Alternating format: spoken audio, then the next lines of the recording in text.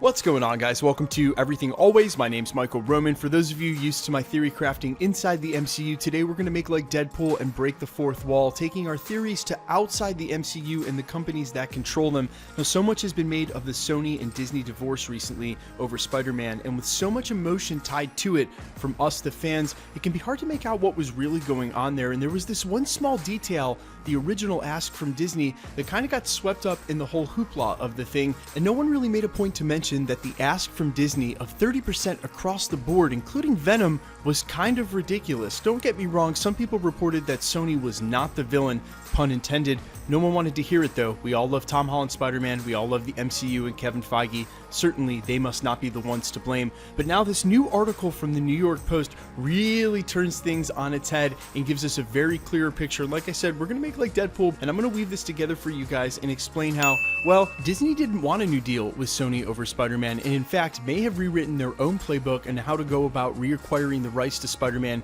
via moves of a different company in Amazon. I'm gonna break down everything, but first, if you could grab the subscribe button. We're giving away 2 PlayStation 4 Pros, as well as a whole slew of other Marvel related stuff, including copies of Avengers Endgame and Blu-ray and DVD. All you have to do, hit the subscribe button, then hit the notification bell, leave a like and a comment on this video, and if you want, stick around to the end of the video. I'll get into all the giveaway stuff again there. Now, not to sound like a broken record, but I've said this in the past about Easter eggs. It's hard to see something for what it is if you don't know what you're looking for. That's why we often go back and find Easter eggs after we hear about new announcements or see new scenes in movies. That's the same thing here with this agreement. A lot came out from both sides. Both Disney and Tom Holland had their things they had to say at D23, and now Tony Vinciquerra, in his most recent interview with Variety just 48 hours ago, said, hey, the door's closed. They've got some great people, no ill will, but we've got great people too, and Spider-Man is going to be just fine. But really the most interesting piece of information regarding this agreement, or disagreement if you want to call it that, didn't come from either side at all. Rather, this newest piece of news that there will be a new pitch to sell off the entertainment division from Sony, and that Jeff Bezos and Amazon are interested in buying them. Now, this doesn't have a lot to do directly with Disney, but Disney could sit back and watch this unfold. Here's the thing, Sony Pictures doesn't make a lot of money. For a company like Sony that has so many divisions and arms, and guys, they have everything from an insurance division over to their PlayStations. Spider-Man and Sony Pictures, which are wrapped up in the entertainment division, only comprise one small part of this company, and if you want to worry about overall company health, of course it makes sense to go ahead and jettison those parts of your company which aren't doing well.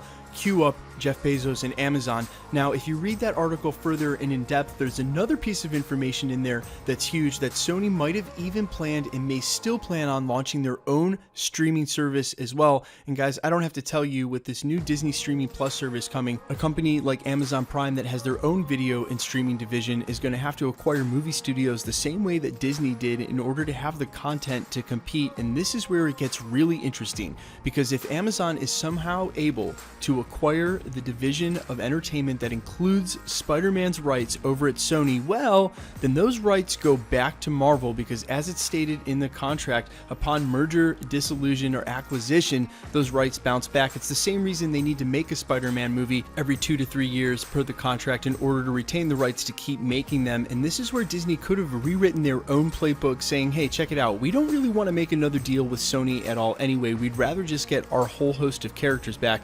And since the only way of dealing with their characters right now is via Sony and a sharing agreement, they'll just sit back and see if Amazon can't come in and grab that dying part of Sony's company. Even if they want to keep it, there's a lot of people involved, higher ups, and here's the other thing too, they're a publicly shared company. Anybody can buy up public shares, and that's exactly what happened apparently. And according to this New York Post, as of last Monday, 8.2% is how far the stocks were up just on the news of the acquisition, someone else raising almost $1 billion to buy said shares. And if someone does buy them, then Marvel would just get all the rights back for free anyway, and that's probably why they didn't want to play ball in the first place. And this is where my theory crafting starts. There's an old adage in business: if you don't want to do something, if you don't want to do a job, then you go ahead and quote a price that's so high that if they agree to it, then you basically are obligated to do it, because you'll feel much better about the price you're getting paid. That's why Disney walked into that meeting and said, okay, you want to continue this agreement? Cool, we'll take 30% of everything, not just Spider-Man, but Venom, Morbius, all of it. We'll just take 30%.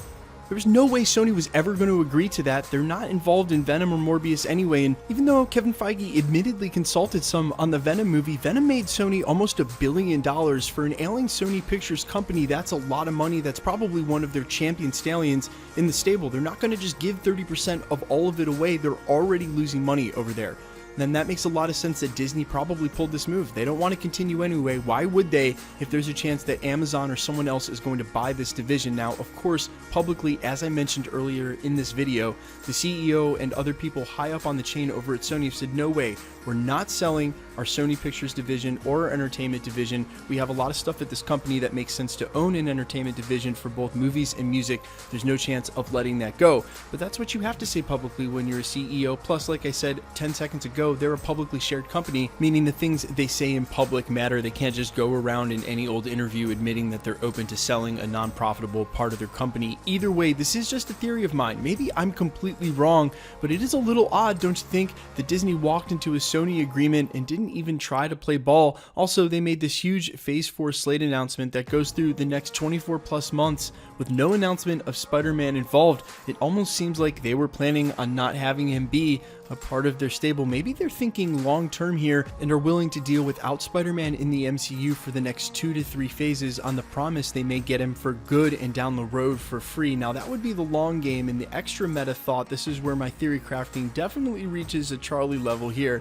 If they wanted to not support Sony, the best way to do that would be not co-producing these Spider-Man movies. They just made them $1.2 billion on the back end of this most recent one. Sony is hurting in their other aspects. Spider-Man is one of their only profitable assets. If you go ahead and stop assisting them with that and they go ahead and screw it up on their own how they have in the past, yes, mind you, I am well aware some people regard Spider-Man 2 as their favorite Spider-Man movie of all time, and the Spider-Man PlayStation game is an absolute masterpiece. We all have to admit that. Kudos where kudos is due. Plus, I love Sony myself, and I'm not on one side or the other when it comes to this. There's no villain, there's no good guy or bad guy. Sony has a lot to do with these 2 Spider-Man movies that we love so much that are in the MCU, and of course we want to see Tom Holland's iteration stay in the MCU. It's where he started, it's where his story is. It makes sense to keep him there from a narrative standpoint, and I don't think there was a single fan out there who wasn't excited to see Peter Parker meet up with the new Avengers and take up his role as both a leader and filling in for Iron Man with the technology. And even though it's not time to panic just yet, there's still plenty of time for them to come back to the table and enter renegotiations. One thing that I have to say I don't think can be overstated enough, and I'm just not hearing enough in the discourse about this, is that every day that goes by over at Disney and Marvel Studios that Spider-Man isn't in their plans as they start pre-production on all these new shows, they're not working Peter Parker in. And every day that goes by over at Sony that they're talking about the new Venom movie, that they're even already talking about the Morbius movie, and if they can do reshoots, every day that people get invested in that executive producers start writing checks, people start getting hired to write scripts and rewrite parts of movies, well then the wheels start turning, and the idea that Spider-Man will all of a sudden be pulled from all of that gets less and less. I think we have to start accepting, at least for the next couple of phases, that Tom Holland's iteration of the character in the MCU may be gone for good. And if Sony is truly playing this long game and they're waiting for Amazon to step up and perhaps waiting for Sony to stumble, then it might be a while till we see the web slinger back in the MCU, and when we do, it may be a different iteration. We may finally see that live Miles Morales. Guys, let me know what you think in the comments about all of this. Firstly, my theory that maybe Disney didn't want to play ball in the first place makes a lot of sense, huh, with the recontextualization that they already know about this possible acquisition that's looming. Also, what's your thoughts about all of this now that it's been 2 or 3 weeks and finally set in, and that Sony said the door is closed? Have you had time to process it? Do you agree with me that maybe we've lost this iteration and Tom Holland may be out of the MCU for good?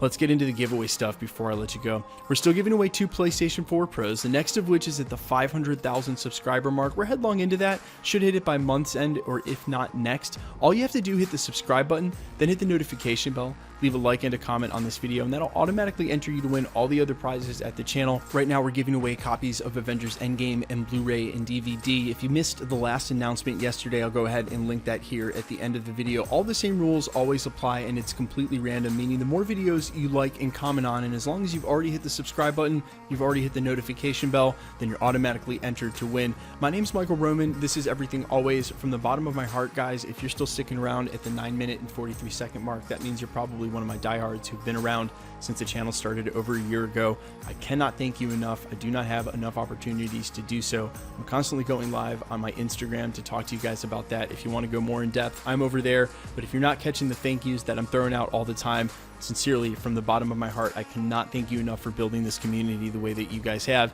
It means the world to me, and I will catch you down in the comment section. My name is Michael Roman. This is Everything Always. Guys, thanks for checking out the channel. Stick around. We'll be posting again real soon.